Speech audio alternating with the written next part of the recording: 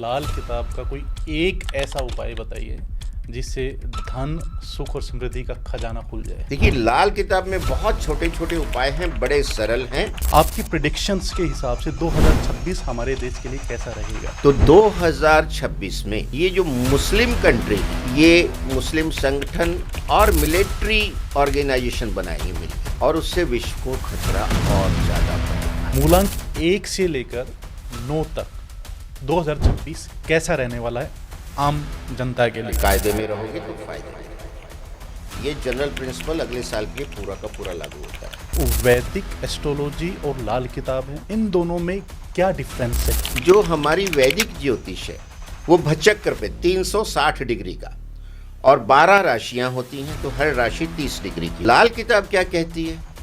वो कहती है मैं ना तो राशि को मानती हूँ ना नक्षत्र को मानती हूँ। लाल किताब की शुरुआत हुई वो कहाँ से हुई थी? हमारे अविभाजित भारत में पंजाब की किसी पब्लिक लाइब्रेरी में थी। आपने किस चीज़ का अध्ययन पहले शुरू किया था, वैदिक एस्ट्रोलॉजी का या लाल किताब का? मैंने 1972 से वैदिक का अध्ययन शुरू किया था। लाल किताब के जो उपाय होते हैं सर, वो किससे इंस्पायर्ड हैं? ज्योतिष के ऊपर ही वो आधारित है, मैं ये बता दूं। आपने वैदिक एस्ट्रोलॉजी पढ़ी है, आपने लाल किताब पढ़ी है, तो मैनिफेस्टेशन का वहाँ भी वर्णन है क्या? मैनिफेस्टेशन करना है, हमने तेज पत्ते पे कुछ लिख लिया, हमने भोजपत्र पे कुछ लिख लिया, रख दिया, वो हो जाएगा?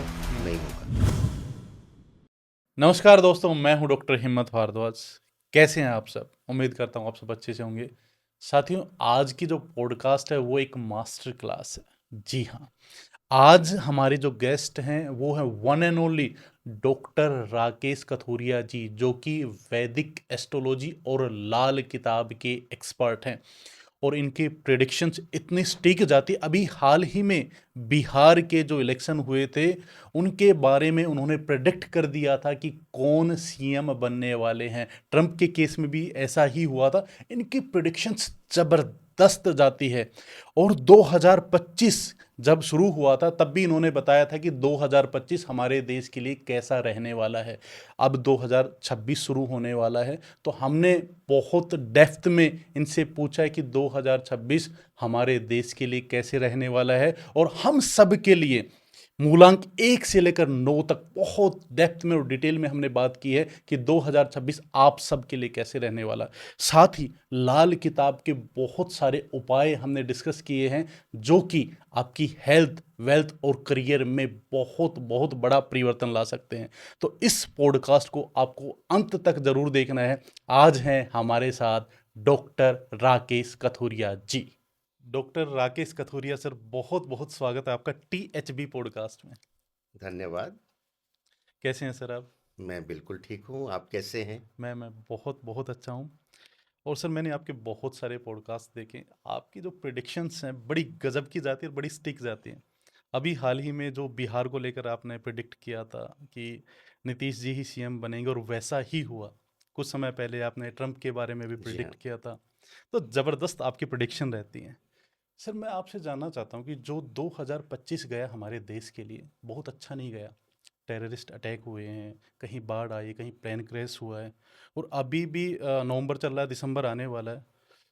तो मैं ये जानना चाह रहा हूँ कि 2025 और कैसा रहने वाला हमारे देश के लिए, और क्योंकि 2026 भी शुरू होने वाला है, तो आपकी प्रिडिक्शंस के हिसाब से 2026 हमारे देश के लिए कैसा रहेगा?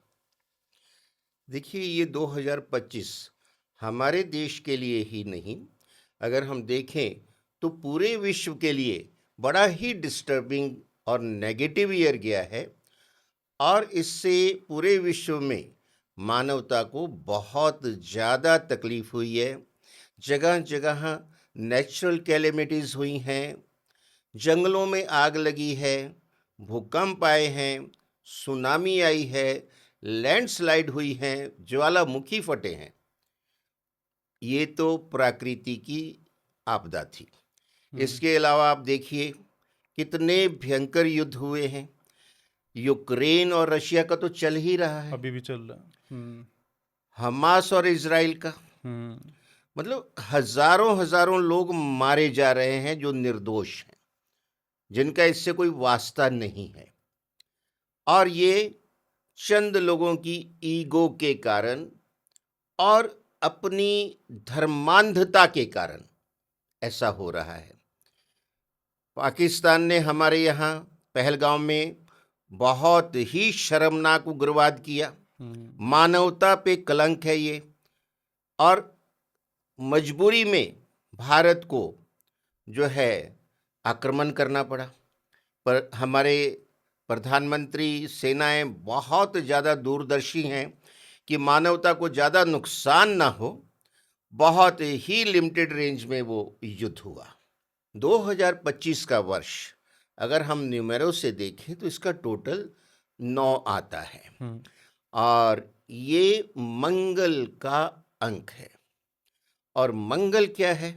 अग्नि तत्व है, उग्र है, ईगो है, गुस्सा है।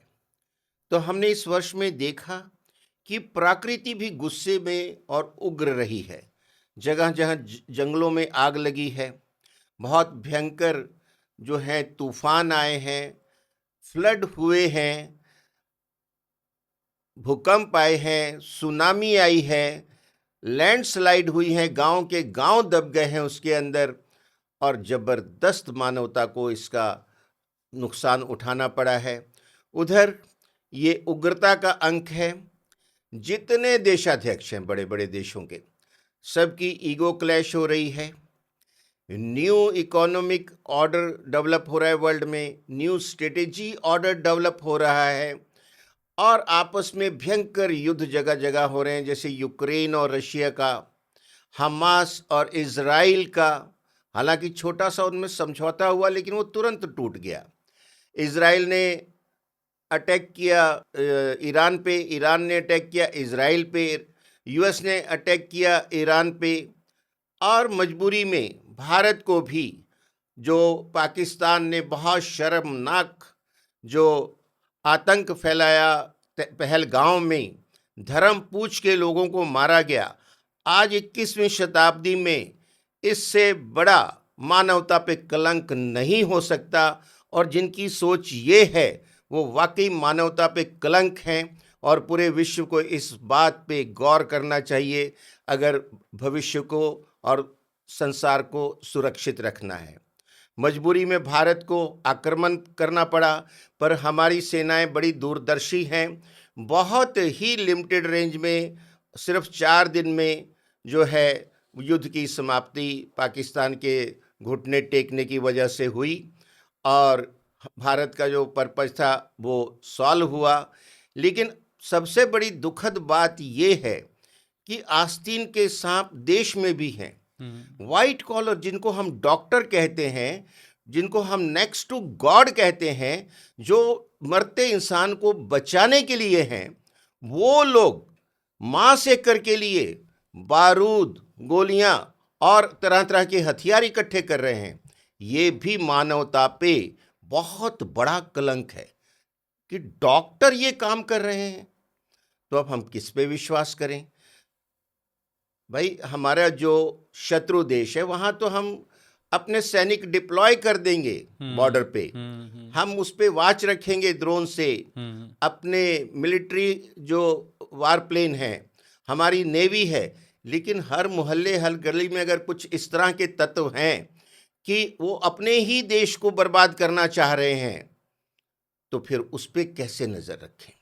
सही बात है।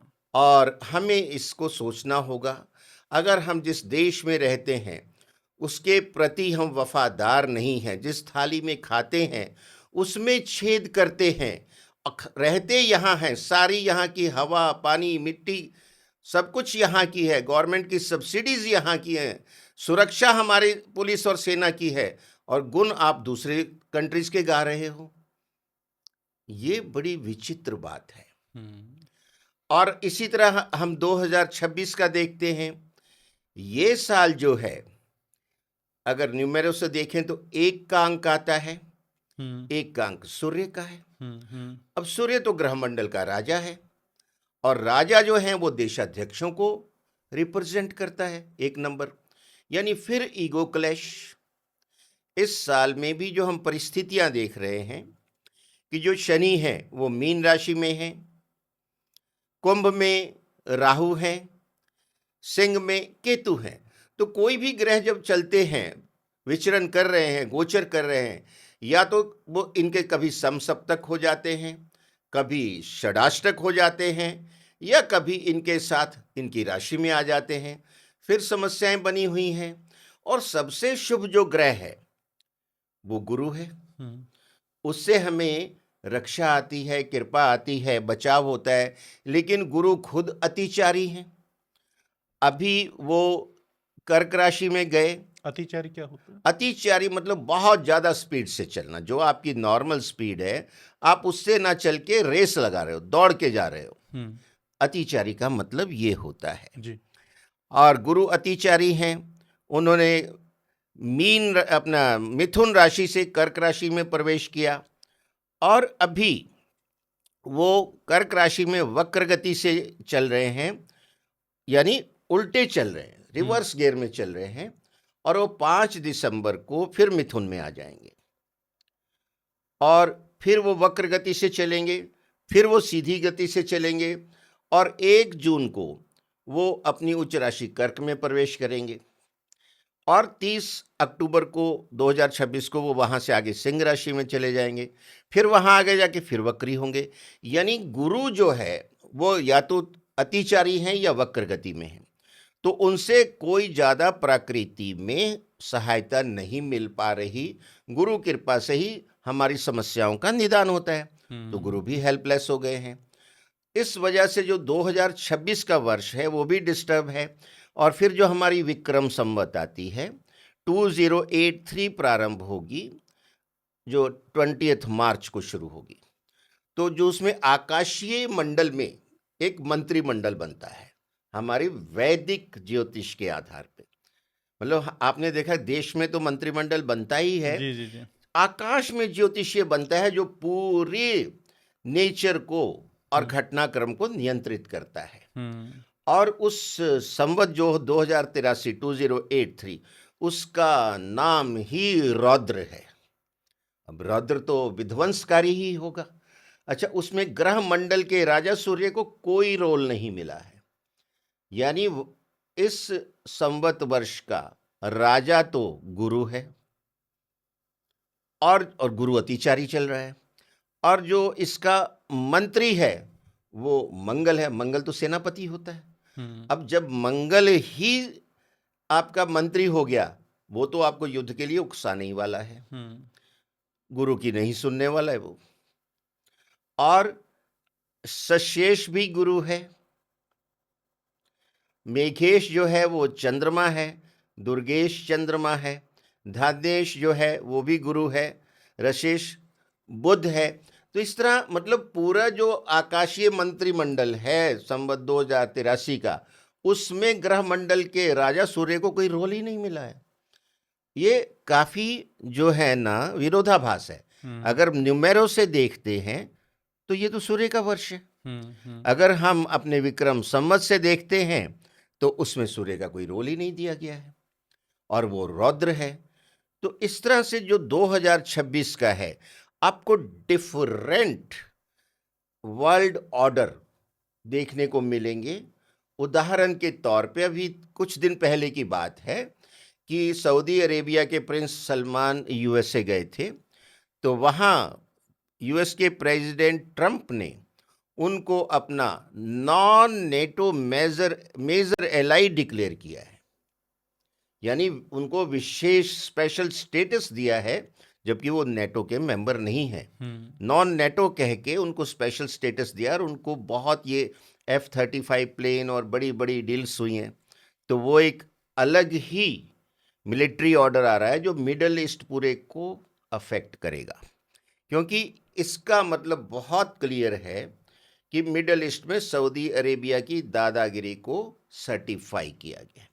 सऊदी अरेबिया ने पाकिस्तान के साथ भी कोई संधि कर ली है। तो 2026 में ये जो मुस्लिम कंट्री हैं ये अपना एक यूनियन बनाने वाले हैं ऐसा लगता है, और ये मुस्लिम संगठन और मिलिट्री ऑर्गेनाइजेशन बनाएंगे मिलके, और उससे विश्व को खतरा और ज्यादा बढ़ेगा। यानी कि 2026 हमारे देश के लिए बहुत अच्छा नहीं रहने वाला। आपकी प्रिडिक्शन के जी हिसाब हाँ। से। राकेश सर, आप वैदिक एस्ट्रोलॉजी और लाल किताब के एक्सपर्ट हैं। तो मैं आपसे जानना चाह रहा था कि जो वैदिक एस्ट्रोलॉजी और लाल किताब है, इन दोनों में क्या डिफरेंस है, क्या है और क्या क्या डिफरेंस है इनमें? वैदिक एस्ट्रोलॉजी हमारे वेदों से चली आ रही है, सतयुग से चली आ रही है, और इसमें हमारे बड़े बड़े महर्षियों ने अपना योगदान दिया है। जैसे महर्षि जैमिनी, पराशर, भृगु, वाराह मिहिर और कितने ही अनसंग लाखों हीरो हैं जो उन्होंने सूत्र दिए हैं, लेकिन उनका नाम नहीं आता, लेकिन वो सूत्र ज्योतिष में प्रयोग होते हैं, उनसे सारी फलादेश और प्रिडिक्शंस होती हैं। और जो हमारी वैदिक ज्योतिष है वो भचक्र पे 360 डिग्री का, और 12 राशियां होती हैं, तो हर राशि 30 डिग्री की होती है, ठीक है। मेष से लेके मीन तक। ठीक है। और हमारे नवग्रह हैं हम्म। सूर्यदेव, सोमदेव, मंगल जी, बुध ग्रह, देवगुरु बृहस्पति, दैत्य गुरु शुक्राचार्य, कर्मफलदाता शनिदेव जी, और राहु जी और केतु जी, जो ये दोनों लास्ट वाले छाया ग्रह हैं। हम्म। जो राहु केतु जो सिर काट दिया था भगवान विष्णु ने, छल से अमृत पी गए थे और अमर हो गए थे, तो ये नवग्रह हैं। हम्म। और हमारी 12 राशियां हैं, 27 नक्षत्र हैं, अश्विनी से लेके रेवती तक। हर राशि 30 डिग्री की है, हर नक्षत्र 13 डिग्री 20 मिनट का है। अगर उसको आप 27 से मल्टीप्लाई करेंगे वो भी 360 डिग्री आता है। यानी हर राशि के अंदर 2.25 नक्षत्र होते हैं। इसमें ग्रह उच्च के होते हैं, नीच के होते हैं, स्वराशि के होते हैं, शत्रु राशि के होते हैं, मित्र राशि के होते हैं। उस हिसाब से इनका फलादेश किया जाता है। अब लाल किताब क्या कहती है? वो कहती है मैं ना तो राशि को मानती हूं ना नक्षत्र को मानती हूं। अच्छा। जो आपकी कुंडली बनती है वो वैदिक के हिसाब से बनती है, और उसको आप 3 डायमेंशनल सपोज कीजिए। और लाल किताब ये कहती है कि हमने तो आपकी कुंडली को समुद्र में डाल दिया, भाव तैरते रहे, ग्रह तैरते रहे, राशियां और नक्षत्र डूब गए, और इसका एक नाम लाल किताब का समुद्री का भी है। समुद्री का। हाँ। और अब ये पक्के घर की बात करती है। पक्का घर यानी काल पुरुष की कुंडली, काल पुरुष की कुंडली की बात करती है। तो उसमें जो पहला पक्का घर है वो काल पुरुष का सिर है। पहले पक्के घर का जो मालिक है वो मंगल है, लेकिन कारक सूर्य है। दूसरे पक्के घर का जो मालिक है वो शुक्र है और कारक गुरु है। तीसरे पक्के घर का जो मालिक है वो बुध है, लेकिन कारक मंगल है, क्योंकि ये शौर्य का स्थान है। यहाँ से स्किल, बुध जो स्किल देता है, बुद्धि देता है, और मंगल ताकत देता है। यानी जो खिलाड़ियों के तीसरे भाव में अगर मंगल है, बुध है, तो वो बहुत अच्छा परफॉर्म करते हैं। जैसे किसी ने भाला फेंकना है 100 मीटर, तो उसके लिए तो यहाँ ताकत चाहिए ना, सही तो बात वो है। मंगल देता है। लेकिन एग्जैक्ट निशाने पे जाए वो स्किल जो है बुध देता है। चौथा पक्का घर जो है वो चंद्रमा का है। चंद्रमा माता होती है, और ये कर्क राशि है, और ये काल पुरुष का हृदय है। भूमि भवन माता वाहन का सुख है। अब माता अपने बच्चों के बीच में, अपने बीच में किसी को नहीं आने देती। इसका कारक भी चंद्रमा है, मालिक भी चंद्रमा, कारक भी चंद्रमा। पांचवा पक्का घर ये काल पुरुष का ये पेट है, ब्रेन है, और ये आपकी हायर एजुकेशन का घर है, अथॉरिटी है, रोमांस है, संतान है, आपके हिल स्टेशंस हैं। तो इस तरह से जो इसका मालिक है, पांचवी राशि सूरज सिंह होती है, तो इसका मालिक तो सूरज है, लेकिन इसका कारक सूरज और गुरु दोनों हैं, क्योंकि हायर एजुकेशन ज्ञान है। यहाँ ये पिछले जन्मों के कर्मों के फल का घर है। और अगर इस घर में सूरज है तो आपका राजा उत्थान करा देगा, प्रगति करा देगा। अगर गुरु है, एजुकेशन भी बहुत जबरदस्त होगी, ब्रह्म ज्ञान होगा, और आपका गुरु आपका उत्थान करा देगा। और इसका आज के दिन बेस्ट एग्जाम्पल है योगी आदित्यनाथ जी। वो गुरु आश्रम से ही उठ के आए हैं, गुरु ने उनका उत्थान कराया है। हम्म। और अद्भुत व्यक्तित्व है और अद्भुत शैली है काम करने की। और 2026 का वर्ष भी राजा का है, जैसे वो कहते हैं, कायदे में रहोगे तो फायदे में रहोगे। और छठा पक्का घर बुध का है, लेकिन उसका कारक बुध और केतु दोनों है। हम्म। सातवां पक्का घर, ये पक्का घर जो है पति पत्नी का होता है, स्पाउस का होता है, आपके बिजनेस का भी होता है, आपकी स्पोर्ट्स का भी होता है। अब पति पत्नी का घर है, शुक्र का काम है, यानी इसका मालिक तो शुक्र है, लेकिन इसका कारक शुक्र और बुध दोनों ही हैं। दाम्पत्य में अकेला क्या करेगा, दो जने चाहिए ना, गृहस्थी। हम्म। और पिछले टाइम में घरों में चक्की हुआ करती थी, आजकल तो अदृश्य हो गई है, ग्राइंडर आ गए हैं। तो जो चक्की के नीचे का पार्ट है वो तो शुक्र है, जो ऊपर घूमता था वो बुध है। हम्म।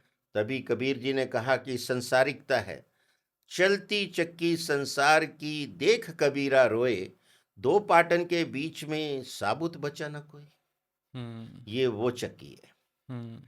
और आठवां पक्का घर आपका आयु है, मृत्यु स्थान है, शमशान घाट है। अब ये वृश्चिक राशि हो जाती है वैदिक के हिसाब से। आठवां पक्का घर, उसका मालिक तो मंगल है, लेकिन उसका कारक मंगल, शनि और चंद्रमा तीनों हैं। हम्म। हम्म। क्योंकि ये मृत्यु का भाव है, शमशान घाट है। जब किसी को फांसी की सजा दी जाती है, डेथ दी जाती है, एक जज होगा तो वो बायस्ड हो जाएगा। ये आपको ध्यान होगा, कोर्ट में भी, चाहे हाई कोर्ट हो, सुप्रीम कोर्ट हो, 3 जजेस कम से कम बैठाई जाते हैं, ताकि दो जिस साइड में होंगे वो फैसला होगा। जी जी। और आपको ये बता दूं कि एक मंगल है, एक शनि है, एक चंद्र है, चंद्रमा महिला है, यानी 3 में से एक महिला, 33%।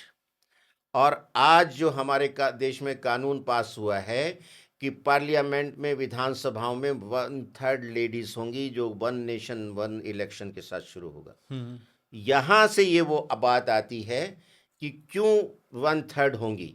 और आप समझते हैं कि महिला हैं तो सॉफ्ट होंगी, जब न्याय की बात आती है ना, न्याय की मूर्ति महिला की है।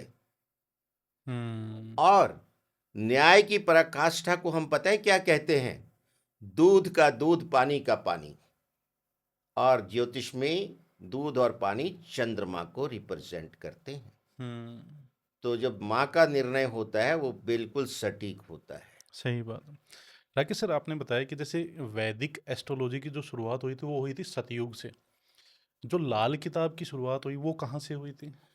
लाल किताब की जो शुरुआत है, ये कहीं हमारे अविभाजित भारत में पंजाब की किसी पब्लिक लाइब्रेरी में थी, या यूनिवर्सिटी की लाइब्रेरी में थी। और एक बहुत विद्वान हुए पंडित रूपचंद जी जोशी, पिछली शताब्दी के, उनके ध्यान में कहीं आ गई ये किताब, नहीं तो धूल जमती रहती। उन्होंने इसका अध्ययन किया, ये अरेबिक में थी, और उसका अध्ययन करके उन्होंने अरेबिक और उर्दू, उसमें पंजाब की भाषा थी, उसमें ट्रांसलेट किया। 1939 में उन्होंने लाल किताब गुटका लिखा, सॉरी, लाल किताब के अरमान, फिर लाल किताब के फरमान यानी प्रिंसिपल्स, फिर लाल किताब गुटका लिखा 1942 में। और 1952 में बृहत्तर लाल किताब पब्लिक के सामने आई। और ये एक बड़ी रहस्यमय किताब है, और ये मानव जीवन को अच्छा करने के लिए कि छोटे छोटे उपाय करके और अपनी कठिनाइयों को, अपने ग्रहों के जो दुष्प्रभाव हैं उनको दूर किया जा सके। और ये बहुत रहस्यमय रही, लेकिन अब सोशल मीडिया आने से पिछले लगभग 10 साल से ये लोगों के सामने आनी शुरू हुई है, और काफ़ी लोग इसमें अपना योगदान भी दे रहे हैं। और बहुत से विद्वानों ने, चूंकि आज की जनरेशन को अरेबिक उर्दू समझ नहीं आएगी, तो हिंदी में या और भी भाषाओं में, इंग्लिश में और प्रांतीय भाषाओं में, उन्होंने इसका अध्ययन करके इसको ट्रांसलेट करके जनता के लिए इजी कर दिया है। आपने किस चीज़ का अध्ययन पहले शुरू किया था, वैदिक एस्ट्रोलॉजी का या लाल किताब का? मैंने 1972 से वैदिक का अध्ययन शुरू किया था और मैं उसको सीखता चला गया। ये मेरी चाइल्डहुड पैशन है। हम्म। और 1988 आते-आते साथ-साथ मैंने लाल किताब का भी अध्ययन शुरू कर दिया। कैसे रुझान कैसे हुआ आपका? नहीं, हमारे एक मित्र थे, अच्छा। तो मैं वैदिक करता था, तो वो पंजाब से आए थे, कहते यार एक लाल किताब ज्योतिष हमने देखी है। और उनके पास वो बृहत्तर वाल जो सबसे बड़ी बुक है, जैसे रामायण का साइज है वैसे बुक है वो। हम्म। और उसमें भारत में वो सिर्फ 30 कॉपियां थी, साइक्लोस्टाइल, प्रिंटेड नहीं थी, जी। उसमें साइक्लोस्टाइल का जमाना था। और उसमें वो छपाई भी जो साइक्लोस्टाइल की होती थी बड़ी क्लियर नहीं होती थी। उनके पास वो ओरिजिनल थी, उससे हमने पढ़ा और सीखा और उनका ज्ञान आदान प्रदान हम करते रहे और उस लोगों को गाइड भी करते रहे। और धीरे धीरे क्या हुआ, मेरे माइंड में अपने आप सॉफ्टवेयर डेवलप हो गया कि लाल किताब और वैदिक की ब्लेंडिंग करेंगे तो एक दिव्य ज्योति प्रकट होती है और उससे जो हम फलादेश करते हैं और वो काफ़ी सटीक होते हैं और जो उपाय करते हैं वो बड़े सरल होते हैं और लोगों की समस्याओं का समाधान होता है। लाल किताब के जो उपाय होते हैं सर, वो किससे इंस्पायर्ड हैं, हमारी एस्ट्रोलॉजी से या किससे? देखिए, हमारी वैदिक ज्योतिष के ऊपर ही वो आधारित है, मैं ये बता दूं। अच्छा। वो राशि की बात करती है, इन्होंने पक्के घर की बात की, हम्म। उसको इसमें कन्वर्ट कर लिया। जो देवता होते हैं वो ही हैं। जैसे सूर्य, लाल किताब में क्या माना है, सूर्य क्या है, भगवान विष्णु। हम्म। चंद्रमा भगवान शिव। हम्म। मंगल हनुमान जी। बुध माँ दुर्गा। बृहस्पति हम्म। ब्रह्मा जी। हम्म। शुक्र माता लक्ष्मी। और शनि जो हैं काल भैरव बाबा हैं। हम्म। राहु माता Saraswati, brain, sharp brain. Ketu हमारे गणपति जी, प्रथम पूजनीय, विघ्न हरता सुख करता। तो देवता तो वही हैं और जो पक्के घरों के मालिक हैं वो भी वही हैं। सिर्फ इंटरप्रिटेशन का तरीका जो है और आगे बढ़ गया। जैसे हम कह सकते हैं वैदिक जो है साइंस है, लाल किताब टेक्नोलॉजी है। और आपने सुना भी होगा ministry of science and technology. जी जी और जी। ये गजब गाइडेंस करती है मानवता की। हाँ सर, लाल किताब का कोई एक ऐसा उपाय बताइए जिससे धन, सुख और समृद्धि का खजाना खुल जाए। देखिए, लाल किताब में बहुत छोटे छोटे उपाय हैं, बड़े सरल हैं। एक क्या, मैं एक से ज्यादा बताता हूं आपको। जी। सुबह स्नान करने के बाद सूर्य भगवान को जल दीजिए, ठीक है। तांबे के लोटे से। कोई खर्चा कुछ नहीं। नहीं। डेली माथे, नाभि और जीभ पे केसर लगाइए, सेफरन जो है। माथे नाभि, और जीभ पे। वो आपकी बॉडी का सेंटर ऑफ ग्रेविटी है, यहाँ आपका आज्ञा चक्र है, हम्म। ये एक्टिवेट शुरू होना होना शुरू हो जाएगा। वाणी आपकी, हम जो भी बात कर रहे हैं, कर्म कर रहे हैं, वाणी से ही तो कर रहे हैं। वाणी प्रभावशाली होगी। दूसरा, ये बहुत पावरफुल हर्ब है, ये गुरु की चीज़ है। लाइफ लॉन्ग अगर आपकी जीभ पे रोज टच हो रही है, आपकी बॉडी की इम्यूनिटी बढ़ जाएगी। फिर आप जो 70 की उम्र में भी 50 के दिखेंगे। जैसे आप दिख रहे हैं। ये प्रभु की कृपा है। तो उसके आगे बढ़िए, अपनी थाली में से एक रोटी निकालिए, पहली आधी गाय को खिलाइए, आधी से आधी कुत्ते को दीजिए, आधे से आधी कौवे को दीजिए। हमारे जो श्राद्ध पक्ष आता है, गौ, कुत्ते और गाय को हम रोटी नहीं देते। देते तो हैं। कोई नई बात तो नहीं बताई लाल जी जी किताब। जी। मैंने कहा ना, कनेक्टिविटी वहीं से है, हम्म। पर ये टेक्नोलॉजी की फॉर्म में आ गई है। हम्म। अब आप कहेंगे सबको एक एक रोटी दे दें, आप एक एक रोटी निकाल दीजिए तीनों के लिए, क्या दिक्कत है। सही बात है। ये हमने मिनिमम बताया, हम्म। आप ज़्यादा भी निकाल सकते हैं। उसके अलावा जब सीजन है, गाय को चारा खिला सकते हैं, गुड़ खिला सकते हैं। गौशाला में कहीं कोई और हेल्प देनी है, आप दीजिए। देखिए कैसे आपकी तरक्की होती है। माता पिता के चरण छू के आशीर्वाद लीजिए। सदाचार का पालन करें, झूठ ना बोलें, किसी की झूठी गवाही ना दें। कितनी बड़ी बात है। महिलाओं का सम्मान करें। अब मैं पक्के घरों की बात कर रहा था। 11वां पक्का घर जो कुंडली में होता है वो आपकी एम्बिशंस का होता है, आपके गेन्स का होता है। वैदिक में ये 11वां पक्का घर कुंभ राशि है। उसका मालिक कौन है? शनि है। लेकिन उसका कारक गुरु है। क्यों गुरु है? क्योंकि ये कोर्ट का रूम है, दरबार है, जहां न्याय होता है। तो काला कोट पहन के कौन बैठा होता है कोर्ट में? जो न्याय करते हैं, न्याय करते न्यायाधीश। हैं न्यायाधीश, जी जी जजेस, जी, जजेस। न्यायमूर्ति। काला कोट पहन के जो बैठे हैं ऊंचे सबसे, वो मालिक हैं वहां के, क्योंकि फैसला उन्होंने देना है। कारक गुरु कैसे हो गया भाई? जहां कोई वारदात हुई, कोई बम फटा, कोई अग्निकांड हो गया, कोई एक्सीडेंट हो गया, कोई मर्डर हो गया, क्या मौकाए वारदात पे जज साहब थे? वहां थे जज साहब? नहीं, जब आपने देखा ही नहीं तो आप फैसला कैसे दे सकते हो? वैलिड क्वेश्चन है कि नहीं? सही बात है। पर आपने सुना होगा, देखा होगा, जब जजेस अपना फैसला लिखते गवाहों की गवाही के आधार पे, पहला गवाह, दूसरा गवाह, और जो एविडेंस पुलिस ने दिए उस पर फैसला होता है। लेकिन गवाह जब गवाही देता है कटघरे में खड़ा होके, सबसे पहले वो अपने धर्म की कसम खाता है और कहता है मैं जो कहूंगा सच कहूंगा, सच के सिवा कुछ नहीं कहूंगा। ये है गुरु। धर्म जहां आया वो गुरु है। तो मेन कारक गुरु है। और अगर गवाह ने गवाही गलत दे दी तो फैसला भी गलत होगा, कसूरवार बचेगा और बेकसूर मारा जाएगा, और उसकी बद्दुआएं आपको पीढ़ियों तक पीछा नहीं छोड़ेंगी। इसीलिए सबसे पहला जो प्रिंसिपल आता है, लाल किताब एक संविधान है, एक संहिता है। सबसे पहली बात आती है सदाचार का पालन करें, झूठ ना बोलें, किसी की झूठी गवाही मत दें।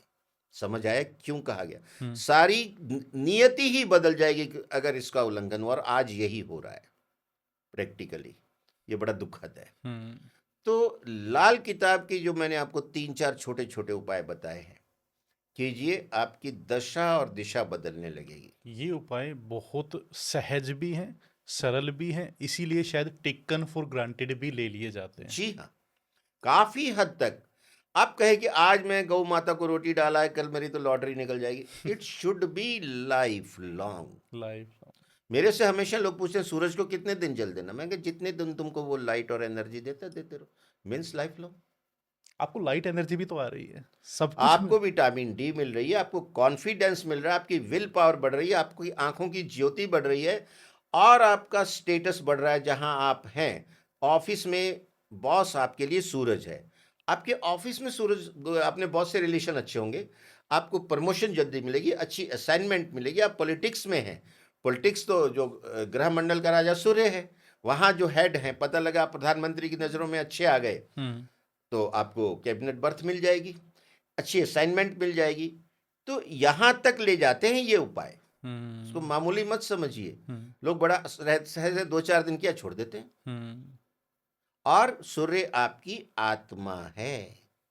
जब आप सूर्य को जल दे रहे हैं, आपकी आत्मा को खुराक मिल रही है, वो पुष्ट हो रही है। और हम कहते हैं पुनर्जन्म होता है, आत्मा अजर और अमर है। तो फिर तो वो अगले जन्मों में तो आत्मा ही जानी है, बॉडी तो यहाँ भस्म हो जानी है। सही बात है। तो कितनी गहराई है इन छोटी छोटी बातों में। राकेश सर, मुझे अब जानना था कि 2026 आने वाला है। 2026 में हम थोड़ा सा न्यूमरोलॉजी पे भी अब बहुत ज़बरदस्त बात करते हैं। मूलांक 1 से लेकर 9 तक 2026 कैसा रहने वाला है आम जनता के लिए? हाँ, ये बड़ा सुंदर प्रश्न है, क्योंकि हर एक को अपनी डेट ऑफ बर्थ तो पता होती है, कुंडली तो पता होती है, नवंबर, दिसंबर, जनवरी में लोग यही देखने वाले हैं और वो तुरंत कनेक्ट करना चाहते हैं। जी जी जी जी। अब हमने 2026 की जनरल बात तो कर ली, हाँ जी। वो तो लागू रहेगी रहेगी। लेकिन आपका अपना मूलांक क्या है, भाग्यांक क्या है, जिसको मैं पायलट एंड को पायलट कहता हूँ। क्योंकि जब प्लेन उड़ता है तो एक पायलट होता है और को पायलट रहता है, और मैं एयर लॉजिस्टिक के साथ लंबे समय तक कनेक्ट रहा हूँ। तो वहाँ हम सबसे पहले यही पूछते थे, पायलट का नाम दो, को पायलट का दो, हेलीकॉप्टर सर्विस में पेलोड कितना है, कॉल साइन क्या है। तो ये हमारे टिप्स पे रहता। तो जिंदगी की उड़ान है ना, तो जिंदगी की उड़ान में सबसे पहले जो आपका है मूलांक, जिसको हम पायलट कहते हैं, वो जिंदगी को आगे बढ़ाता है जी। और आधे के बाद, यानी एक साइड जो कमांड लेता है पायलट, दूसरी साइड में को पायलट, बट हमेशा दोनों एक्टिव रहते हैं। ऐसा नहीं कि दूसरा सो जाता है। तो आधी जिंदगी के बाद जो उड़ान लेता है वो भाग्यांक लेता है, को पायलट लेता है। जिंदगी के मैटर्स को ज़्यादा अफेक्ट करता है। अच्छा। और अब आपका वो जो ईयर आध आया है आधी उस ज़िंदगी कब से लगाएँ? मतलब 50 के हम बाद या मोटा मोटा 80 अगर मान लेते हैं तो 40-40। अच्छा, तो उसके ठीक है। बाद भाग्यांक ज़्यादा काम करता है। हाँ, एक्टिव दोनों रहते हैं, हाँ। ये मैंने कहा, पैसिव कोई भी नहीं होगा। तो ये जो वर्ष का जो अंक बनता है सिंगल डिजिट पे लाते हैं। हुँ, अब 2026 कैसे बना? 2 + 2 + 6। 6 जी। इसके बीच में बहुत ब्यूटी छुपी हुई है। वैसे तो राजा का वर्ष है, 1 आ गया, 10 आ गया तो 1 आ गया। बड़ा कड़क होता है, उसको बहुत डिसिप्लिन चाहिए। और फिर वही उसका सिद्धांत है, कायदे में रहोगे तो फायदे में रहोगे। ये जनरल प्रिंसिपल अगले साल के लिए पूरा का पूरा लागू होता है। हेलमेट नहीं पहना, चलान हो जाना है। गाड़ी का पीयूसी नहीं है, चलान हो जाना। मतलब छोटे से लेके बड़े से बड़ी पेनल्टी जो आपकी है। अब इसमें 2 क्या है, चंद्रमा का अंक है, यानी चंद्रमा एक महिला है, माता भी है। और शुक्र 6 जो अंक है वो शुक्र का है। शुक्र एक बहुत सुंदर स्त्री है। हुँ, तो मैं ये बता दूं कि इसके जो कॉन्स्टिट्यूएंट हैं बड़े सॉफ्ट हैं। हुँ, रिजल्टेंट हार्ड है, कॉन्स्टिट्यूएंट बहुत सॉफ्ट है। तो आप ये देखिए, ये जो 2026 के अंदर महिलाओं का सौंदर्य, वैभव और व्यभिचार, ये भी छुपा हुआ है। जिनका मूलांक 1 है वो सिंक्रोनाइज हो रहा है, 1 और 1 सिंक्रोनाइज हो रहा है, उनको ये एनर्जी देगा। But conditions apply. अब जब से 1 जो अंक किसका है, जिसका 1 तारीख को जन्म हुआ, 10 तारीख को जन्म हुआ, 19 19 तारीख तारीख, को हुआ, 28 28 तारीख को हुआ, हुँ, महीने में 4 बार मिलता है ये। हुँ, और इसमें महीना 30 का हो, 31 का हो, ये सेफ है, इनको 4 बार मिलना ही मिलना है। हुँ, और ये इन लोगों को कायदे कानून का पालन करना है, सात्विक रहना है। सूरज को नॉनवेज ड्रिंक्स और झूठ बिल्कुल पसंद नहीं है। हर कोई सोचे मेरा तो एक मेरी बल्ले बल्ले होगी। अगर आप इन चीज़ों का फॉलो करेंगे, कानून को मानेंगे, राजा के विधान को, तब होगा।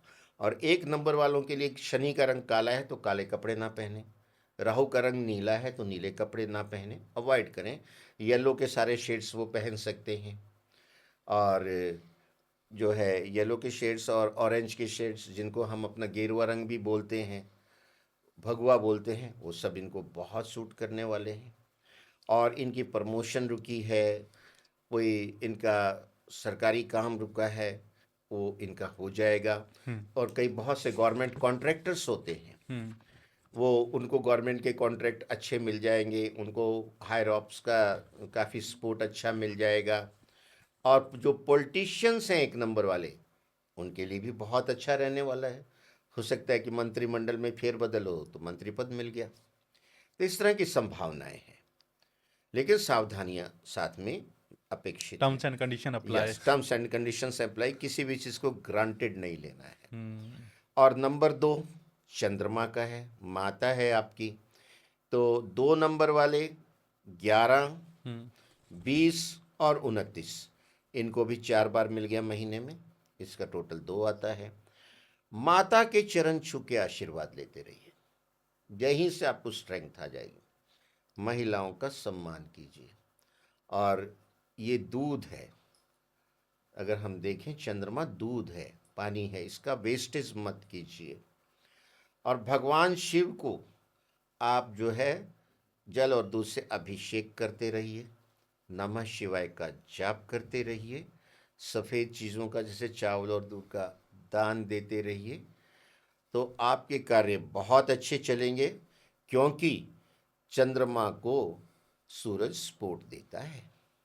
और जब पूर्णिमा होती है ना, चंद्रमा और सूर्य एक दूसरे के सामने होते हैं, सूर्य अपनी पूरी किरणें जब डालता है चंद्रमा पे तो चंद्रमा खिल के आता है, तो लोग कहते हैं चांद सी महबूबा हो मेरी। हुँ, क्यों क्यों हो? क्योंकि राजा की सपोर्ट मिली हुई। आगे पीछे के दिनों में तो होता ही नहीं है ना। और 1 नंबर वालों के लिए क्या है, वो सूर्य को जल चढ़ाते रहें, जो मैंने लाल किताब के उपाय में भी बोला है। जी, जी। तो इनसे इनका साल अच्छा जाएगा। हम्म। नंबर 3 आता है गुरु का। गुरु, अब गुरु की जिस पे कृपा हो जाए तो वो तो योगी आदित्यनाथ जैसा हो जाता है, ज्ञान का भंडार मिल जाता है। अब इसके कॉन्स्टिट्यूएंट क्या हो सकते हैं भाई? एक का तो एक ही रहेगा, दो को 1+1 करोगे तो 2 आ जाएगा, क्योंकि चंद्रमा में 2 सूरज छुप गए। हम्म। अब 3 का टोटल कैसे आएगा? 1+2। और कोई ऑप्शन है? नहीं ना। यानी इसमें सूर्य भी है, चंद्रमा भी है, दोनों का बल है और साथ में गुरु का बल है। ये अद्भुत नंबर है। जो लोग प्रवक्ता होते हैं, लेक्चरर होते हैं, ज्योतिषी होते हैं, ब्राह्मण हैं, और आपके बड़े बड़े जो कहते हैं adviser to prime minister, adviser to chief minister, adviser to army, ये वो लोग होते हैं गुरु जो ज्ञान दे के आगे बढ़ाते हैं। और इसका रंग भी पीला होता है, और ये पीले सारे शेड्स इनको सूट करेंगे। थोड़ा वाइट कलर को अवॉइड करेंगे क्योंकि ये दैत्य गुरु का रंग है, सफ़ेद वाला। और वैसे भी सफ़ेद रंग किसी को नुकसान तो नहीं करता है, इतना मैं बता दूं, पर फिर भी इनको अपने रंग पे थोड़ा प्रेफर करें, ब्राउनिश इनके लिए चल जाएगा। और ये अपने गुरु की, अपने कुल पुरोहित की सेवा करें, अपने माता पिता की सेवा करें, बड़ों का सम्मान करें। बड़े क्या हैं? गुरु रूप है, ठीक है। और ये डेली माथे, नाभि और जीभ पे केसर लगाएं, गुरु के प्रभाव और खिल के आएंगे। और जो इनका क्षेत्र है, जैसे ज्योतिष का, ज्ञान का, विज्ञान का, ये उस सब क्षेत्र में आगे बढ़ेंगे। और चूंकि 1 और 2 की कृपा भी इसके बीच में समाई है, अगर ये पॉलिटिक्स में है तो इनको बहुत अच्छी पोजीशन मिलेगी, गवर्नमेंट जॉब में है इनको प्रमोशन मिलेगी। इनके लिए बहुत ही अच्छा साल है। हालांकि गुरु जो उधर से देखें तो अतिचारियों के अच्छे फल नहीं देगा, वो कम हो रहे हैं, लेकिन अदरवाइज इनके फल अच्छे रहेंगे। और बाकी अपनी इंडिविजुअल हॉरोस्कोप पे कई चीज़ें डिपेंड करती हैं। जी जी। अब 4 नंबर, अच्छा 3 नंबर जो कैसे बनेगा? 3, 12, 21 और 30, 30 इनको 30। भी 4 बार मिलता है। जी जी जी। अब आता है नंबर 4। हाँ जी। अब गुरु, पहला नंबर सूरज था, फिर चंद्रमा था, गुरु था। पहले जो 3 हमने हाँ गिने, जी। हाँ जी। सूर्य, चंद्रमा चंद्रमा और और गुरु, गुरु। ये देव पक्ष है। हम्म। अब 4 नंबर किसका है? राहु का। 4, 13, 22 और 31, 4 बार मिला। अगर महीना 31 का है, जी जी। अगर 30 का है तो 3 3 बार बार ही मिला। मिलेगा। और आपको मालूम होगा कि होटलों में 13 नंबर का ना फ्लोर होता है ना रूम होता है, इतना अशुभ माना गया है इसको। ये राहु का नंबर है। यानी जहां सूर्य, चंद्रमा, गुरु आगे बढ़ रहे थे, सामने उनको ब्रेक लगाने के लिए राहु खड़ा है 4 नंबर पे। बड़ा गहरा भेद है।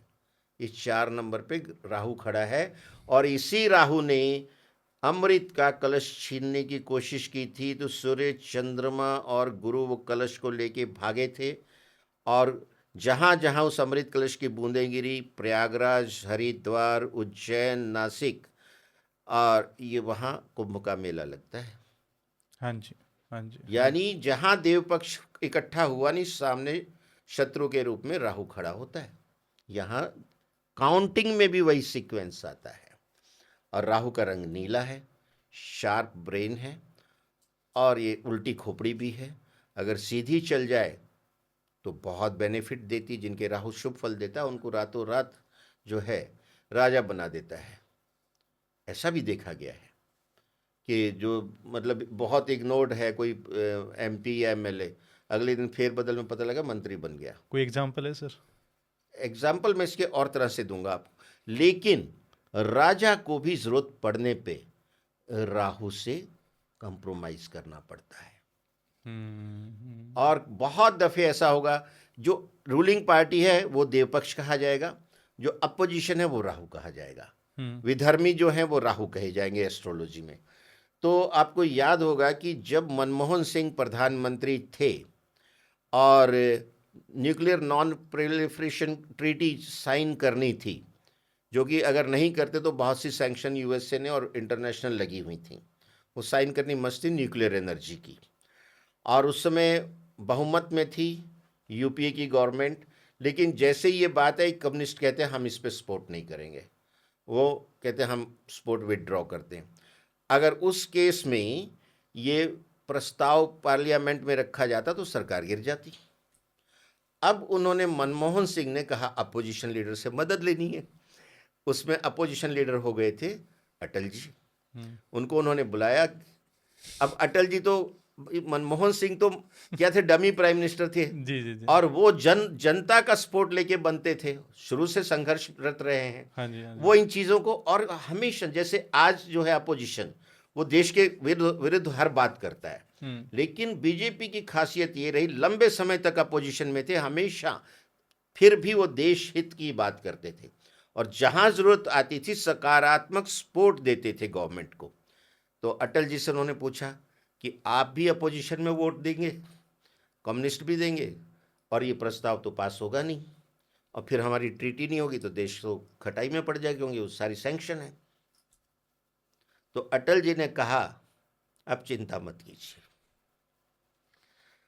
आप चिंता मत कीजिए, और कुछ नहीं कहा, आगे मुस्कुरा के।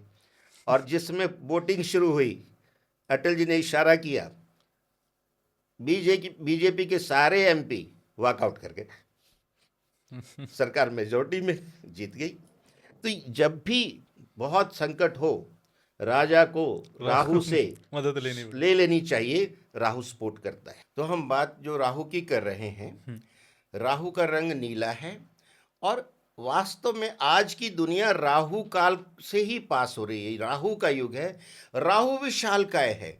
ये जो सोशल मीडिया है, आपको कुछ दिखता है हवा में आता हुआ, लेकिन हर चीज़ आपके मोबाइल में है।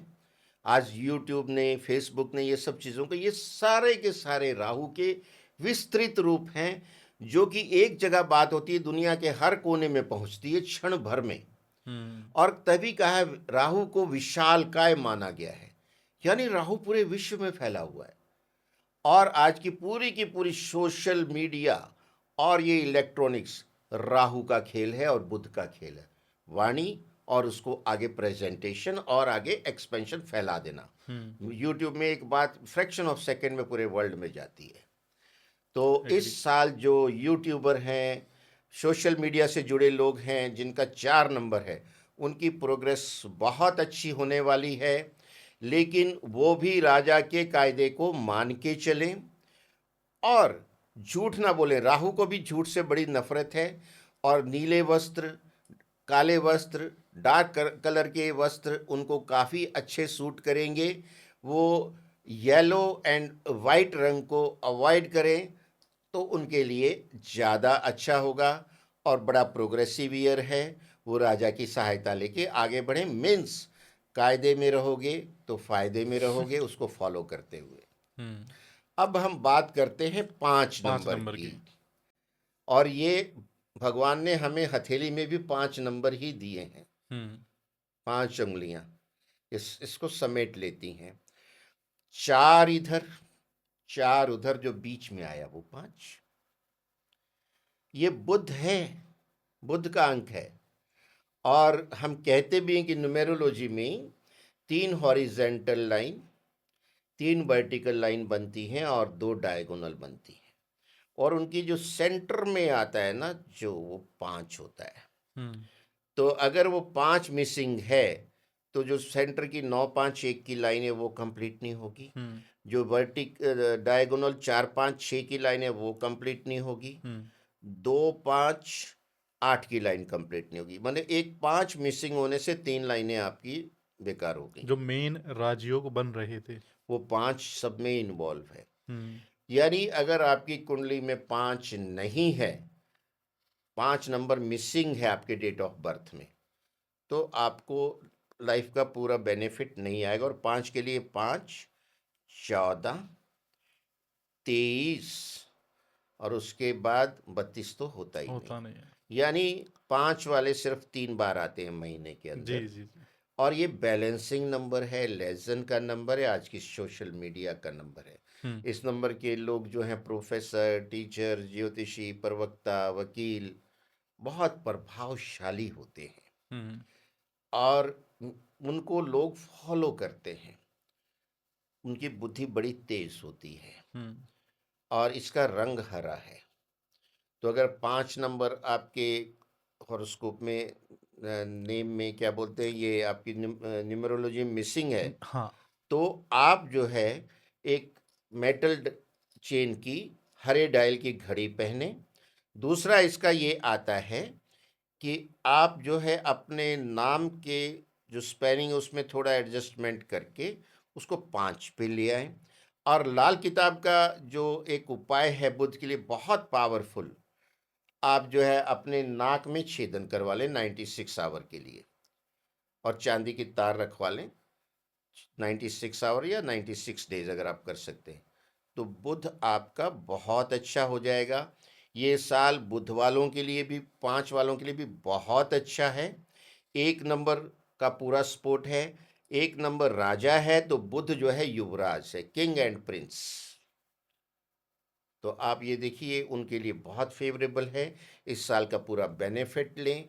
जो पिस्ता शेड के जो हैं, ग्रीनिश शेड के जो कपड़े हैं, उनको बहुत सूट करेंगे। उनको राजा के शेड भी, येलो भी सूट कर जाएंगे। इनको वाइट भी सूट कर जाएंगे क्योंकि ये लेजन करता है, सबके साथ इसकी दोस्ती। तो इसको मल्टीपल कलर की ऑप्शन आती है। और इस नंबर के लोग इस साल में जिस भी क्षेत्र में हैं काफ़ी अच्छी प्रगति करेंगे। ये हरी मूंग भिगो के पक्षियों को देते रहें, उससे इनको लाभ आएगा, क्योंकि हरी मूंग जो है बुध की वस्तु है। और कन्या पूजन करें, जो हम नवरात्रि में छोटी कन्याओं को बुला के घर में पूजन करते हैं, कन्या पूजन करें, वो भी बुध का पूजन है, उससे बहुत लाभ होगा। हम अगले नंबर पे आते हैं, जो कि इस संसारिकता का, इस संसार का सबसे वैभव और विलासपूर्ण नंबर है 6 6। नंबर। 6, 15, 24 3 हुँ, बारी मिलने वाला। 33 नंबर तो होता होता नहीं ना, नहीं है। जी। 33 दिन का महीना होता नहीं है। तो ये नंबर भी बहुत शुभ है। ये लोग बड़े अट्रैक्टिव होते हैं, बड़ी अच्छी लीडरशिप क्वालिटी होती है, चार्मिंग होते हैं, हैंडसम होते हैं, और जो अपोजिट सेक्स के लिए बहुत ही अट्रैक्टिव होते हैं। Film industry, media, TV industry और सोशल वर्क में बड़े आगे रहते हैं ये लोग। शुक्र का रंग वाइट है। दैत्य गुरु शुक्राचार्य एकदम गोरे हैं, सफेद कपड़े पहनते हैं और सफेद घोड़े पे ही विचरण करते हैं। हुँ, और जितना फाइन आर्ट्स है, डांस और आपकी सिंगिंग, म्यूजिक, एक्टिंग, ये सब कुछ भर भर के वो देते हैं। मेंटल क्रिएटिविटी जबरदस्त देते हैं। और जिस पे उनकी कृपा हो गई वो विश्व में ख्याति प्राप्त करता है, और विश्व के सारे ऐश्वर्य, सारे वैभव, सारे भोग, बढ़िया गाड़ी, बढ़िया बंगला, बढ़िया बीवी, बढ़िया सुंदर स्त्रियों से दोस्ती, हर चीज़ गारंटेड हो जाती है। और राजा की सपोर्ट इसको भी आती है। हुँ, हालांकि ये उस एंगल से देखा जाए तो दैत्य हैं, वो राजा जो है देवता में आता है, हुँ। बट इसको भी एक की सपोर्ट मिल जाती है। ना तो इसके अपोजिट जाते हैं राजा, ना इसको बहुत ज़्यादा सपोर्ट भी नहीं करते, न्यूट्रल कह सकते हैं, न्यूट्रल, हाँ। न्यूट्रल टू पॉजिटिव, हुँ, हुँ। Not negative. जी।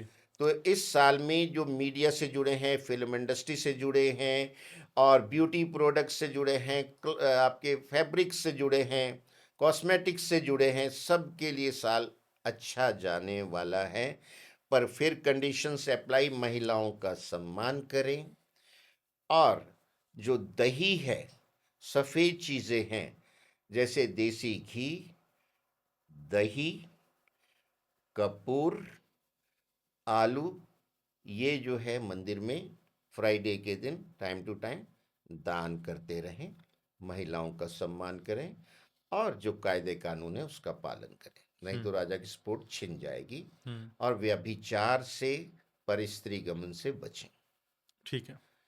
अब हम आते हैं 7 7 नंबर नंबर, पे। मूलांक ये 7 पे। केतु, मूलांक जो 7 है ये केतु का है। हुँ, अब केतु राहु का आधा पार्ट है। इंद्रियां तो सारी चली गई खोपड़ी में, राहु के पास। ये नेकी का फरिश्ता है। जो हम 9 × 9 = 81 कॉम्बिनेशन देखते हैं न्यूमेरोलॉजी में, इसमें 7 जो है नेकी का फरिश्ता, किसी को हार्म नहीं करता है। हुँ, काफ़ी शराफत है इसमें, ये धड़ है। और इसके नंबर हो जाएंगे 7, 16, स्वीट 16 भी बोलते हैं लोग हुँ। इसको। 25। मतलब जिसमें मिठास आती है वो केतु का ही नंबर है। और जो है 25, 25। तो सिंहासन 25सी की बात भी आती है हमारे हाँ जी। वैदिक में। ये 3 ही नंबर मिलने हैं। हम्म। तो 4 नंबर वाले कुछ ही थे जिनको 4 बार मिलता है महीने में, अब ये सब 3 पे आ गए हैं। हम्म। तो ये नंबर बड़े अच्छे हैं। और इनको जो है राजा न्यूट्रल है, 1 नंबर इनके लिए न्यूट्रल है। और ये अपने कामों में, जिससे इस इन सब कामों में क्या है, ब्राह्मण भी हैं, ज्योतिष भी हैं और लीडर्स भी पाए जाते हैं। लेकिन जो हार्ड वर्क करने वाले होते हैं, जैसे लोहार है, चमार है जिसको हम बोलते हैं, ये अपने कुम्हार है, इस तरह जो है वो लोग इस वर्ग में आते हैं, उनको हम्म। प्रभावित करता है। तो जो इससे जुड़े प्रोफेशंस में हैं उनको ये काफ़ी अच्छी प्रोग्रेस देंगे।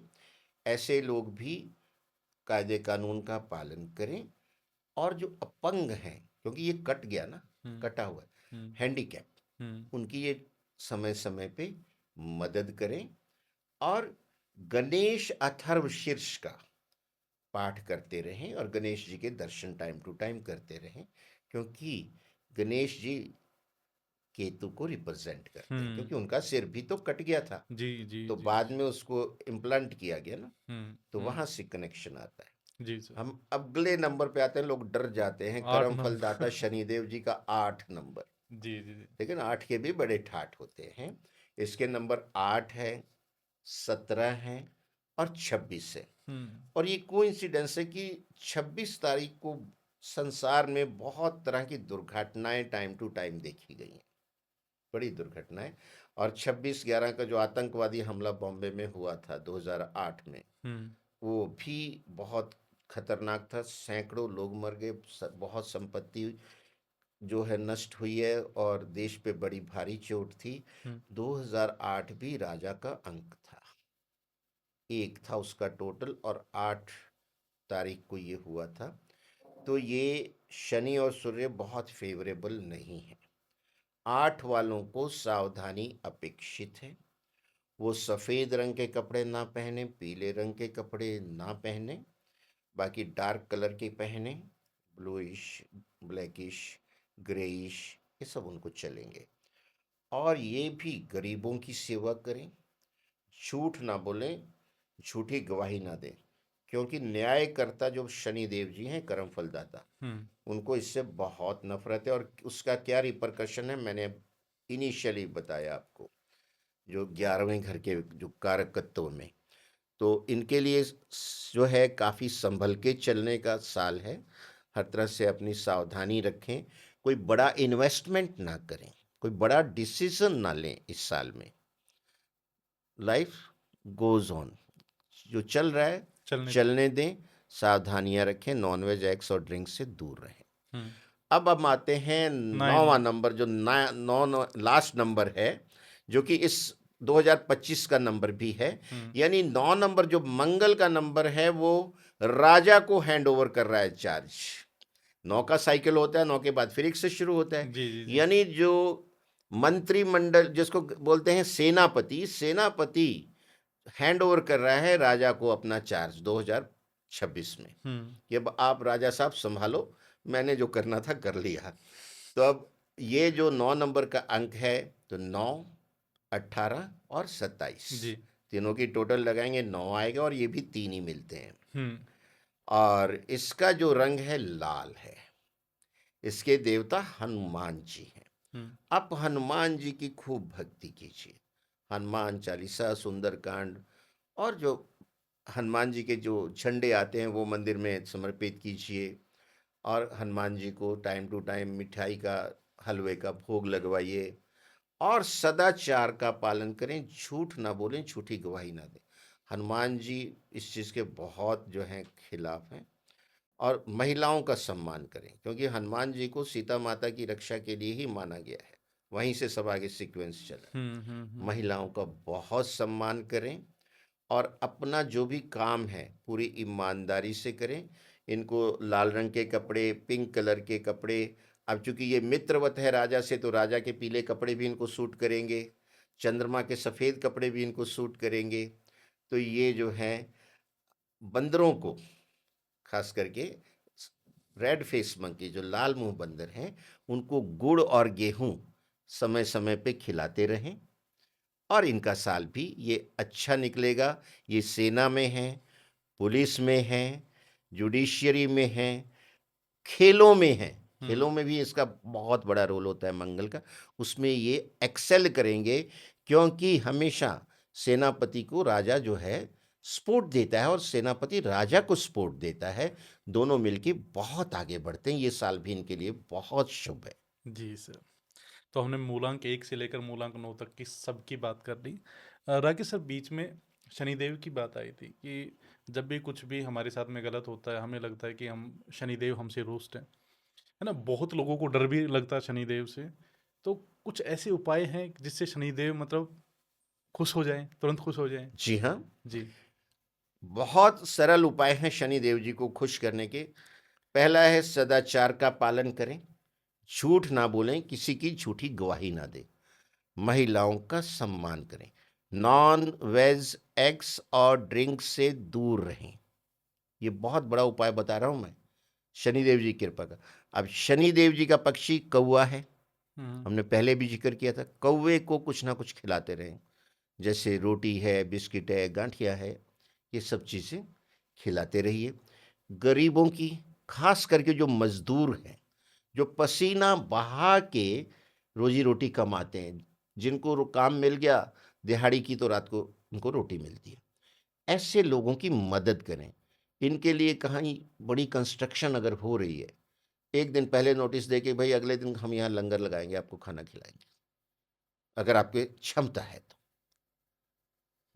नहीं तो आप एक गरीब, दो गरीब या जो अपंग है उनको कुछ ना कुछ रोटी चावल या कोई खाने की चीज़ देते रहिए, कोई हेल्प करते रहिए, तो ये शनिदेव जी बहुत प्रसन्न होते हैं।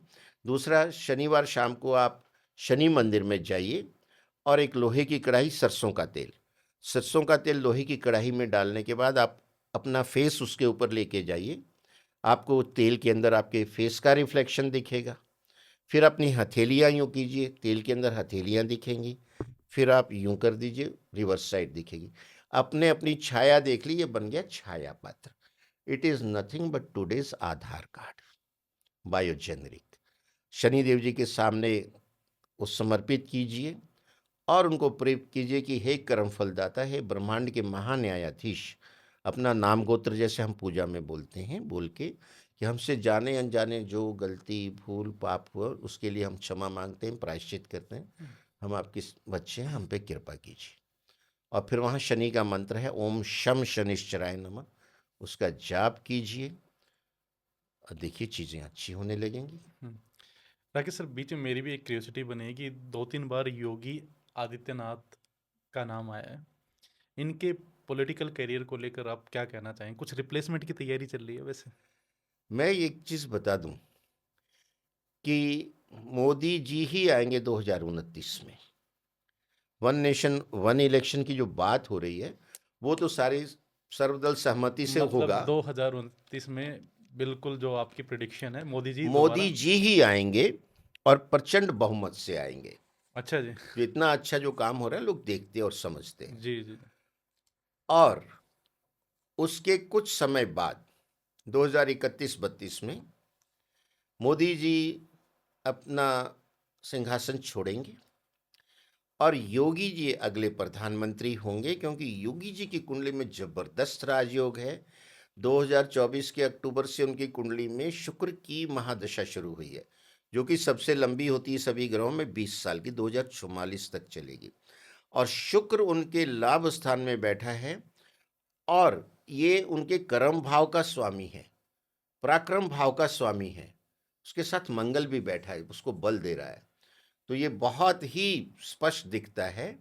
और देखा भी जाए उनका जो प्रशासकीय क्षमता है, उनकी जो लोकप्रियता है, उनकी जो ऑर्गेनाइजेशनल जो स्ट्रेंथ है, कुंभ का मेला जहाँ 65 करोड़ लोग स्नान करके गए हैं, भूतो न भविष्यति।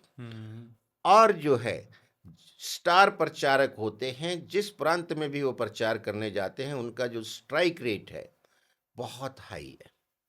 कितनी विधानसभा क्षेत्र में उन्होंने भाषण दिया, कितने उसमें से जीते, तो ये बहुत हाई रेशियो होता है। इन सब चीज़ों को देखते हुए, हालांकि बीजेपी में बहुत सीनियर नेता बैठे हैं, पहले भी थे जब मोदी जी को उन्होंने कैंडिडेट बनाया था, राजनाथ सिंह जी ने। He is a king maker, he is a Chanakya. उनको पता था किसके नाम पे हम जीत सकते हैं। और मोदी जी के बाद ये सारी बातें लागू होती हैं योगी जी पे। मोदी जी भी सिर्फ और सिर्फ देश के लिए हैं, और योगी जी भी, उनका भी अपना कुछ आगे पीछे कोई हिसाब किताब नहीं है। ये आप देखिए, इतना त्याग देश के लिए और इतना डेडिकेशन कि 20-20 घंटे काम कर रहे हैं। और चीज़ों में परिवर्तन देखिए कि क्रिमिनल स्टेट डिक्लेयर हो गया था यूपी, वो उसकी लॉ एंड ऑर्डर को उन्होंने जड़ मूल से ठीक किया, माफिया को उड़ा ही दिया, खत्म ही कर दिया। खत्म कर दिया यूपी तो से। अब इससे बड़ी योग्यता, और देश का सबसे बड़ा प्रदेश उत्तर प्रदेश, जी 25 करोड़ से ज्यादा की आबादी, जी। और हर तरह की समस्याओं की जड़ वहां, हम्म उसको संभाला है। तो ये सब चीजें प्रूव करती है, लॉजिकली भी, एस्ट्रोलॉजिकली भी। हम्म। राकेश सर, एक क्वेश्चन मुझे थोड़ा सा बच्चों को लेकर लेना है कि आजकल है ना, बच्चों को डिप्रेशन होता जा रहा है, एंजाइटी होती जा रही है, पेरेंट्स भी उनको एक कंपैरिजन में लगा रहे हैं, उनके अपने बड़े गोल्स वो देखते हैं, और मतलब लगातार उन पर प्रेशर बनता जा रहा है। तो क्या कुछ ऐसे उपाय हैं जिनसे बच्चों का डिप्रेशन, एंजाइटी, फ्रस्ट्रेशन कम की जा सके? देखो, हमको उसके लिए अपना जो पुराना लाइफस्टाइल था, दिनचर्या थी, हम्म उससे जुड़ना पड़ेगा। सिर्फ मोबाइल में रील देखते रहेंगे तो, और टाइम पास करते रहेंगे, उससे डिप्रेशन तो आना निश्चित है, क्योंकि राहु का खेल है वो। तो ठीक है, नॉलेज के लिए थोड़ा देखना चाहिए, हम्म लेकिन एडिक्शन नहीं होना चाहिए। हम्म बच्चे जो हैं, माता पिता के संपर्क में रहें, माता पिता भी उनको टाइम दें। रोज शाम को कुछ टाइम बच्चों के लिए, परिवार के लिए होना चाहिए। उनकी बात सुने, उनकी कोई समस्या है उसको सुने। बच्चे भी माता पिता का सम्मान करें, और जो मैंने लाल किताब के छोटे छोटे जो उपाय बताए वो करते रहें, उससे बड़ी स्ट्रेंथ आएगी। हम्म डिप्रेशन दूर हो जाएगा। जब आप सूर्य को जल देते हैं ना, डिप्रेशन दूर होना शुरू हो जाता है, क्योंकि आपकी नेगेटिविटी की अर्थिंग होनी भी शुरू हो जाती है, हम्म। और ऊपर से जो एनर्जी आनी शुरू होती है। जी राकेश सर, एक आखिरी सवाल ले लेते हैं। वैसे तो सवाल बहुत ज़्यादा है, मज़ा आ रहा है इस बातचीत में। आजकल है ना, लो प्रोटेक्शन मैनिफेस्टेशन पे मैंने भी काफ़ी सारे पॉडकास्ट किए हैं। मैं आपसे जानना चाह रहा हूँ, आपने वैदिक एस्ट्रोलॉजी पढ़ी है, आपने लाल किताब पढ़ी है, तो मैनिफेस्टेशन का वहाँ भी वर्णन है क्या? देखिए, ऐसा है कि आपकी जो इच्छा है ना, भगवान उसको भी देखते हैं। लेकिन मैनिफेस्टेशन करना है, हमने तेज पत्ते पे कुछ लिख लिया, हमने भोजपत्र पे कुछ लिख लिया, रख दिया, वो हो जाएगा? हम्म नहीं होगा। हम्म आपको उस दिशा में मेहनत करनी है। Hard work and hard work with blended with smart work work. और फिर आप चाहे, भोजपत्र हमारा बहुत प्रभावशाली है, वैदिक काल से चला, जब पेपर नहीं था, ये पेपर का काम करता है।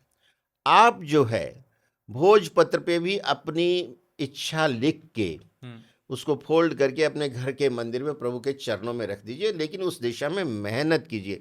मुझे क्लास में या प्रदेश में टॉप करना है, लिख के रख दिया, और पढ़ाई में कर नहीं रहा हूँ, मस्ती कर रहा हूँ, तो फिर टॉप कैसे करोगे? हम्म वहाँ से आपको स्ट्रेंथ आती है। आप रोज उसके लिए प्रे कीजिए। और प्राचीन काल में हमारा जो था, वो मैनिफेस्टेशन था, हम्म वो काम करता है, तब भी करता था, आज भी करता है। और हमारे यहाँ तो सिर्फ अपने लिए मैनिफेस्टेशन किया तो क्या किया? कुछ भी नहीं किया। हम तो क्या मैनिफेस्टेशन करते हैं, आज भी करते हैं, मंदिरों में आरती के बाद, पूजा के बाद, हनुमान चालीसा के बाद, विश्व का कल्याण हो, प्राणियों में सद्भावना सद्भावना हो, हो। सर्वे भवन्तु सुखिना, सर्वे संतु निरामय। हम ये नहीं कहते सिर्फ हमारे, आज देखो विश्व किस तरह उलझ गया है, जी। न्यू स्ट्रेटेजी ऑर्डर जा रहे हैं, कौन किस पे अटैक कर देगा। हम बात ये नहीं कहते कि हमारे भारत का ही कल्याण हो, विश्व का। विश्व। प्राणियों की बात करते थे, ये नहीं कि सिर्फ मानवों का कल्याण हो, मानव मात्र का नहीं। नहीं, ये नहीं कहते थे कि सिर्फ हमारे धर्म वालों का हो। हमारी सोच बृहत्तर है, और पूरे ब्रह्मांड में अगर धर्म है तो एक ही है, वो सनातन धर्म है, जो सबकी बात करता है। हम्म प्राणियों में सद्भावना, मैंने कहा ना, गाय, कुत्ते, कौवे, मछलियों, इनकी सेवा करनी है। सराउंडिंग में हमारा पार्ट है, हम हम्म आइसोलेशन में नहीं है। सर्वे भवन्तु सुखिनः। मैं सुखी हुआ तो क्या फायदा हुआ अकेले का, सही बात। सारे सुखी हों। हम्म, सर्वे संतु निरामय, सारे निरोगी हों। हम्म, कितनी बड़ी मैनिफेस्टेशन है। अगर ये सच्चे दिल से विश्व का हर व्यक्ति करे तो समस्याओं का तो वैसे ही खात्मा हो जाएगा। राकेश सर, एक चीज और जाने, अब तक की आपकी लाइफ की 3 सबसे बड़ी लर्निंग्स क्या है? ये मेरा सिग्नेचर क्वेश्चन है जो लगभग हर जगह मैं करता हूँ। 3 सबसे बड़ी लर्निंग्स आपकी। मेरी लाइफ की जो 3 सबसे बड़ी लर्निंग है, बचपन से लेके, पहली, सबसे पहली, माता पिता की सेवा और उनकी आज्ञा का पालन। जी। उसके बाद जो आपको लाइफ में बनना चाहते हो उस दिशा में पूरी मेहनत, और ये मैंने की है पूरी। उस जैसे जैसे मुझे ये था बचपन से, मुझे गवर्नमेंट जॉब में जाना है, मेरे पास रिजर्वेशन नहीं है, मैं जनरल कोटे में हूँ, मेरे को बहुत ज़्यादा मार्क्स लाने पड़ेंगे। हम्म, मैं हमेशा टॉपर रहा, उसके लिए मेहनत करता था, माता पिता की गाइडेंस को फॉलो करता था, उन एक बिजनेस था फैमिली का, उसमें पूरी मेहनत से सपोर्ट करता था। और तीसरा मेरा ये है, if you have disciplined life, life will give you decency and dignity. If you take it in a casual way, you are bound to get casualty. Choice is yours, and there is no substitute of hard work. जो भी इस podcast को देख रहे हैं sir, उनको क्या message देना चाहेंगे? यही जो लर्निंग है, यही उनके लिए मैसेज है। जी जी जी। सर, इस पूरी बातचीत में सच में बहुत बहुत ज़्यादा मज़ा आया, और मैंने है ना पर्सनली बहुत कुछ सीखा है, बहुत कुछ सीखा है। और आई होप जो भी इस पॉडकास्ट को देख रहे हैं उन्होंने भी बहुत कुछ सीखा होगा। सर, आपके पास में तो वही है, हर टॉपिक्स मतलब बहुत सारे टॉपिक्स है जिनका ज्ञान आपको है, तो ये एक पॉडकास्ट में तो ये चीज़ें कवर हो नहीं सकती। तो मिलते रहेंगे सर, पॉडकास्ट करते रहेंगे। और अगर आपको भी ये पॉडकास्ट अच्छा लगा तो प्लीज़ कमेंट बॉक्स में ज़रूर बताइएगा। सर, समय देने के लिए बहुत बहुत बहुत धन्यवाद। आपका भी बहुत बहुत धन्यवाद, और हमारे दर्शकों को भी हमारी नव वर्ष की शुभकामनाएं और बहुत बहुत धन्यवाद। जय श्री राम। जय श्री राम।